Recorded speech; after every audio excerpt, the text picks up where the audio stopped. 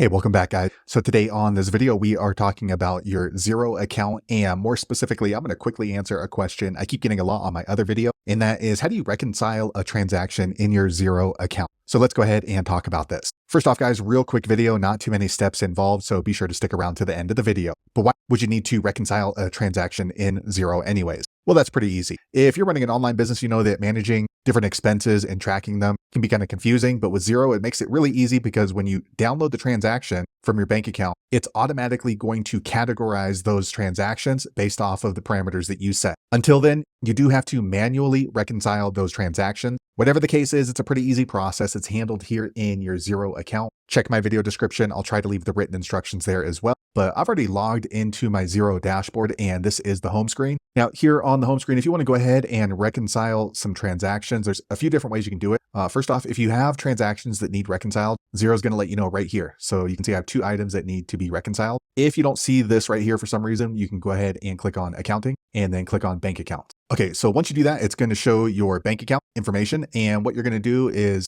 look for this little blue button, reconcile 2 items. Okay, so once we pull that up, it's going to show any kind of transaction that you have to reconcile in your account. You can say I have these 2 right here. So first off, what you want to do is, if you're not familiar with the transaction, you can go ahead and click on more details and it's going to open it up. So you can see this looks like a Valero charge, and it shows how much it was when the transaction was. And same thing down here. It looks like this one was for Portillo's hot dogs. So what we're going to do is over here on the right, you're going to say who this transaction was for. So for me, this was actually Valero. So we'll click Valero. Okay. And we created a new contact. And then here is where you're reconciling. Which account is this supposed to be for? So we're going to drop down. So Valero is a gas station. So this was a vehicle expense. So I'm just going to scroll through until I see automobile expense. So one thing I want to let you know is sometimes when you're reconciling these transactions, they could fit into 2 different categories. So you definitely want to go ahead and ask your accountant which one you should put it in. So for me, I'm going to go ahead and do automobile expense. And then here you can go ahead and enter a note. So we can just say job for Mr. Thompson. And this note is going to help us remember what this transaction was for.